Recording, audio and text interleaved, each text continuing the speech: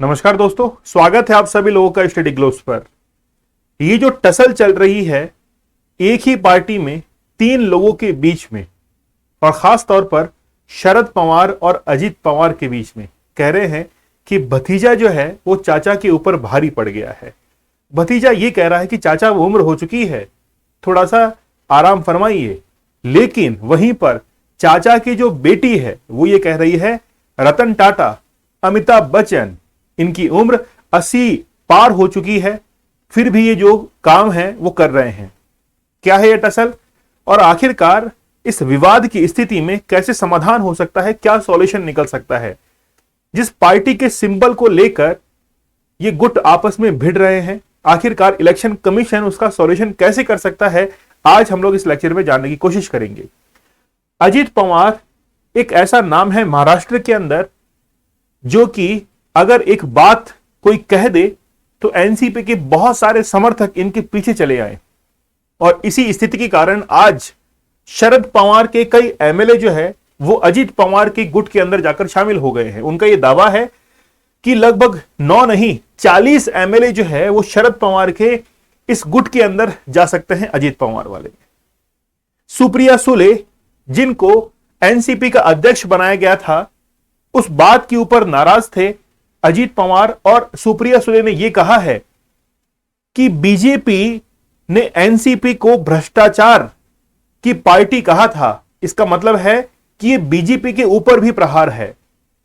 और सुप्रिया सुले ने यह भी कह दिया कि वॉरेन बफेट जो थे उन्होंने भी 80 साल की उम्र में जाकर बहुत बेहतरीन काम किया था, तो शरद पवार क्यों नहीं कर सकते। चलिए आज हम लोग डिस्कस करेंगे इस टॉपिक के बारे में, और काफी डेप्थ जो है वो आप लोगों को मिलने वाली है। ये जो फोटो आप लोग देख रहे हैं, इस फोटो के अंदर शरद पवार, वाईवी चौहान और पूरा उनका ऑफिस जो है वो यहां पर बैठा हुआ है। आप लोग गौर से देखेंगे तो कुछ कार्यकर्ता यहां पर बैठे हुए हैं जिनके उनके गले के अंदर जो है वो एक सिंबल के तौर पर, एनसीपी के सिंबल के तौर पर एक घड़ी जो है उसका निशान यहां पर है। यहां पर शरद पवार चर्चा कर रहे हैं कि आखिरकार आगे क्या करना चाहिए। मैं भी आप लोगों को बताऊंगा कि आखिरकार एनसीपी जो है वो आगे चलकर क्या कर सकती है। सिर्फ एक बंदा काफी है, शरद पवार के लिए बात कही गई है। यह बात है 10 जून 1999 की, जिस समय शरद पवार की एनसीपी पार्टी कांग्रेस से अलग हुई थी।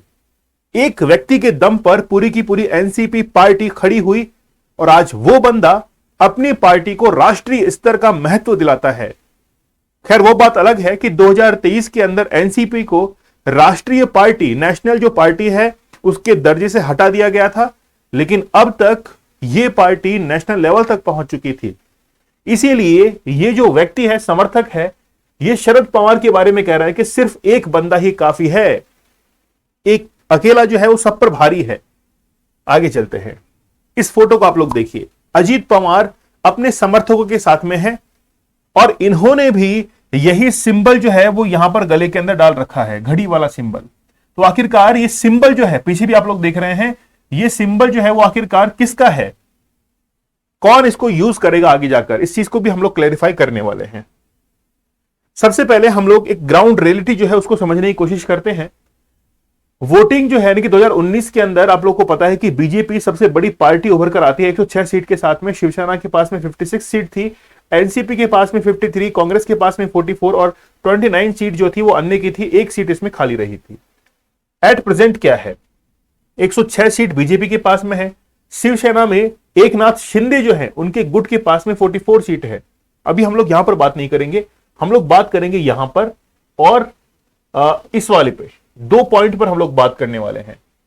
अजीत पवार जो है इन्होंने कहा है कि 9 एमएलए जो है वो मेरे साथ में है, लेकिन 9 नहीं 40 विधायक वो मेरे साथ में है। और शरद पवार 44 एमएलए जो लेकर बैठे हैं, कह रहे हैं कि इसमें से 40 एमएलए जो है वो मेरे साथ में और आ जाएंगे।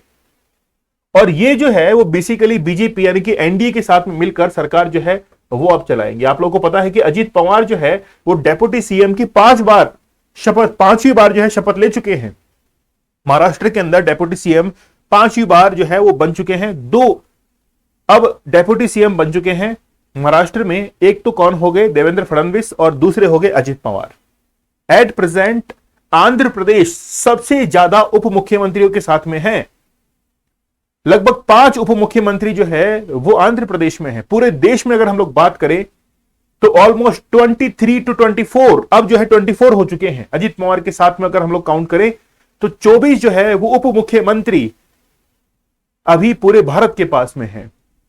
राजस्थान के अंदर जब सचिन पायलट को उप मुख्यमंत्री के पद से हटाया गया था तब तक 25 उप मुख्यमंत्री थे, उनको हटाने के बाद फिर 24 हो गए। ठीक है, अब हो सकता है कि काउंटिंग जो है वो 24 या 25 पर जाकर बैठेगी। तो यहां पर अगर ये 40 विधायक एनसीपी के पास में यानी कि अजीत पवार के पास में चले जाते हैं तो मामला जो है वो कुछ और ही हो जाएगा। 10 जून 1999 को जो है वो एनसीपी की स्थापना हुई थी और ये कांग्रेस से टूटकर जो है ये पार्टी बनी थी और संस्थापक शरद पवार थे, पीए संगमा थे, तारिक अनवर, 3 लोग जो थे वो राष्ट्रवादी कांग्रेस ये जो पार्टी है इसके फाउंडर बने थे। ठीक है, पार्टी की स्टूडेंट विंग जो है इसका नाम है nationalist student Congress, youth wing है इसका नाम है नेशनलिस्ट यूथ कांग्रेस और इसकी महिला जो मोर्चा है उसका नाम है नेशनल वीमेन कांग्रेस। ठीक है, पार्टी का कलर जो है वो पैसिफिक ब्लू है। सन 2000 में एनसीपी को नेशनल पार्टी का दर्जा मिला था, लेकिन अप्रैल 2023 के अंदर ये जो पार्टी का दर्जा है, नेशनलिस्ट पार्टी का दर्जा, वो वापस से छीन लिया गया था इलेक्शन कमीशन ऑफ इंडिया के द्वारा। अगर आप लोगों को पता है कि इलेक्शन कमीशन ऑफ इंडिया के अभी चीफ कौन है, अध्यक्ष कौन है, तो मुझे आप लोग कमेंट सेक्शन में जरूर बताइएगा। तो यह राष्ट्रीय स्तर पर पार्टी यूपीए के सहयोगी है। केरल में इसका लेफ्ट डेमोक्रेटिक फ्रंट और महाराष्ट्र में महाविकास अघाड़ी से गठबंधन है। पार्टी की लोकसभा में 5 और राज्यसभा में 4 सीटें हैं। महाराष्ट्र में 54, केरल में 2 सीट है, गोवा में 1 है, गुजरात में 1 है और झारखंड में 1 सीट जो है वो एनसीपी के पास में है। पार्टी का सिंबल अलार्म घड़ी है। पार्टी का फ्लैग भारत के तिरंगे जैसा है, बस अशोक चक्र की जगह घड़ी लगी हुई है। ठीक है, और बेसिकली डिस्प्यूट इसी को ही लेकर है कि सिंबल कौन रखेगा। इस चीज को हम लोग क्लैरिफाई कर लेते हैं।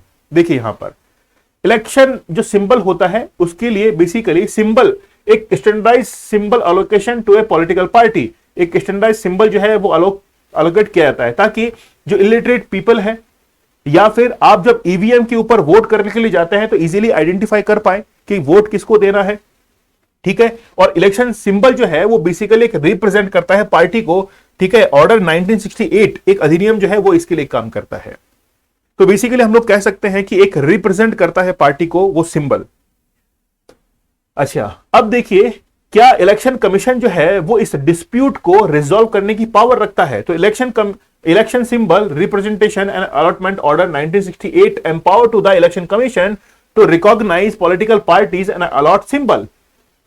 उसके पैरा 15 के अंदर इलेक्शन कमीशन जो है उसको पावर जो है वो दी गई है कि वो सिंबल जो है वो किसको अलॉट करे और किसको नहीं करे। इस पूरी चीज की मैं आप लोगों को एक कंबाइंड जो है वो व्याख्या बताता हूं जिससे आप लोग इसको समझ पाएंगे। लेकिन इलेक्शन कमीशन जो है इस चीज को डिसाइड कैसे करता है? डिसाइड करता है कि जिसके पास में मेजोरिटी होती है, जिस पार्टी के पास में, उसको इलेक्शन कमीशन जो है वो इलेक्शन जो है सिंबल वो दे दिया जाता है। अभी जैसे हम लोग बात करें अजीत पवार और शरद पवार के बीच में जो टसल चल रही है, जो डिस्प्यूट है, इसके बीच में सिंबल किसको मिलेगा? जिसके पास में सबसे ज्यादा एमएलए के जो मेजोरिटी है उसके पास में सिंबल चला जाएगा। इलेक्शन कमीशन ऐसे डिसाइड कर लेगा उसको। और अगर मान लीजिए कि 2/3 मेजोरिटी से वो एमएलए अगर अजीत पवार के पक्ष में जाते हैं तो ये इलेक्शन सिंबल जो है वो भी जो अलार्म घड़ी वाला है वो किसके पास में चला जाएगा? अजीत पवार के पास में, वो उसका यूज कर पाएंगे। लेकिन शरद पवार को आप लोग कम मत समझिएगा, बहुत मंझे हुए खिलाड़ी हैं। उनका जो आगे कदम होगा वो क्या होगा कोई कह नहीं सकता है। लेकिन अभी इलेक्शन कमीशन जो है वो इस चीज को डिसाइड करेगा कि बेसिकली आखिरकार किसके पास में जो है वो यूनिटी है, ठीक है, किसके पास में जो है मेजोरिटी है, वही व्यक्ति जो है वो इलेक्शन सिंबल को जो है लेके जाएगा। ठीक है, अच्छा ये तो हुई इतनी बात। अब देखिए अगर मान लीजिए कोई अनिश्चितता होती है, नो सर्टेनिटी, तो फिर क्या होता है? इलेक्शन कमीशन जो है, इलेक्शन कमीशन में फ्रीज द पार्टी सिंबल, वो जो सिंबल है उसको क्या कर सकता है? वो फ्रीज भी कर सकता है कि कोई भी यूज नहीं करेगा। Allow the group to register themselves with new names, ठीक है, एंड प्रीफिक्स सफिक्स, मतलब ये कह देगा कि आप नए सिंबल को लेके आइए, पुराने वाले सिंबल को आप यूज नहीं करेंगे, उसको फ्रीज कर दिया है हमने। तो इलेक्शन कमीशन जो है वो इतनी पावर रखता है। तो सीधी सीधी बात है कि जिसके पास में मेजोरिटी है, टू थर्ड मेजोरिटी है, वही व्यक्ति जो है सिंबल का यूज करेगा। अगर अनसर्टेनिटी आती है तो इलेक्शन कमीशन जो है इस चीज को डिसाइड कर देगा कि इसको फ्रीज कर देते हैं, आप अपना अपना सिंबल अपना लीजिए। यहां पर इजीली आप लोग देख सकते हैं कि लिखा हुआ है कि अगर कम से कम 2/3 सदस्य अगर विलय के पक्ष में होते हैं तो वो पार्टी बेसिकली अपना पूरा का पूरा पार्टी जो है वो चेंज कर सकती है। तो अगर अजीत पवार के पास में 2/3 मेजोरिटी होती है तो बेसिकली पार्टी के अध्यक्ष जो है अजीत पवार बन जाएंगे। और नॉर्मल सी बात है, जो सुप्रिया सुले हैं, जब उनको अध्यक्ष बनाया गया तो अजीत पवार जो थी, इनके मन में यह था कि पार्टी के अंदर सीनियर मैं हूं, मुझे बनाना चाहिए। लेकिन शरद पवार कह रहे कि एक बार भैया मुझसे आकर कहते तो सही कि अगर बनना था तो मुझे कहते, मैं बना देता। लेकिन ये सब बेकार की बातें हैं, अगर बनाना ही था तो पहले बना देते। तो यहां पर इन्होंने कहा कि अब मैं जो है वो महाराष्ट्र के मुख्यमंत्री के तौर पर आपसे आगे आके मिलूंगा, ये कहा है बेसिकली अजीत पवार ने, और जनता के लिए मैं काम करूंगा। देखते हैं फ्यूचर के अंदर क्या होता है। तो ये टॉपिक जो है वो हमने क्लैरिफाई किया है। यहां पे देखिए आप लोग, मैं इसको पढ़ देता हूं आप लोगों के लिए। 1985 के अधिनियम के अनुसार एक राजनीतिक दल के निर्वाचित सदस्यों के 1/3 सदस्यों द्वारा दल बदल का विलय जो है माना जाता है। 91 कॉन्स्टिट्यूशनल अमेंडमेंट हुआ था 2003 के अनुसार दल बदल विरोधी में एक राजनीतिक दल को किसी अन्य दल में या उसके साथ विलय करने की अनुमति दी गई है, बशर्ते कम से कम 2/3 सदस्य विलय कर रहे हो। इस प्रकार इस कानून के तहत एक बार अयोग्य सदस्य उसी सदन की किसी सीट पर किसी भी राजनीतिक दल से चुनाव लड़ सकते हैं। दल बदल के आधार पर अयोग्यता संबंधी प्रश्नों पर निर्णय के लिए मामले को सदन के सभापति या अध्यक्ष के पास भेजा जाता है, जो कि न्यायिक समीक्षा के अधीन होता है। हालांकि कानून एक समय सीमा प्रदान नहीं करता है जिसके भीतर पीठासीन अधिकारी को दल बदल के फैसले का जो है फैसला करना होता है। तो ये पूरी टसल जो है वो हम लोग समझ चुके हैं। मुझे आप लोग कमेंट सेक्शन में जरूर बताइएगा कि लेक्चर आप लोग कैसा लगा, और इसके बारे में आप लोग मुझे जरूर बताइएगा। ठीक है, चलिए आप लोग डार्क साइकोलॉजी का कोर्स ले सकते हैं। डॉक्टर मलिका दास जो है उन्होंने इस कोर्स को डिजाइन किया है, जिसकी मदद से आप लोग बेहतरीन तैयारी कर सकते हैं। और तैयारी मतलब किसी के माइंड को मैप कर सकते हैं, मैपिंग कर सकते हो, समझ सकते हैं अगर वो मैनिपुलेशन कर रहा है। प्रहार बैच आप लोग ज्वाइन कीजिए, कोड यूज कीजिएगा प्रहार, जिससे आप लोगों को 70% और एक्स्ट्रा 25% डिस्काउंट अवेलेबल हो जाएगा। चलिए मिलते हैं हम लोग नेक्स्ट लेक्चर में, तब तक के लिए धन्यवाद, थैंक यू, जय हिंद।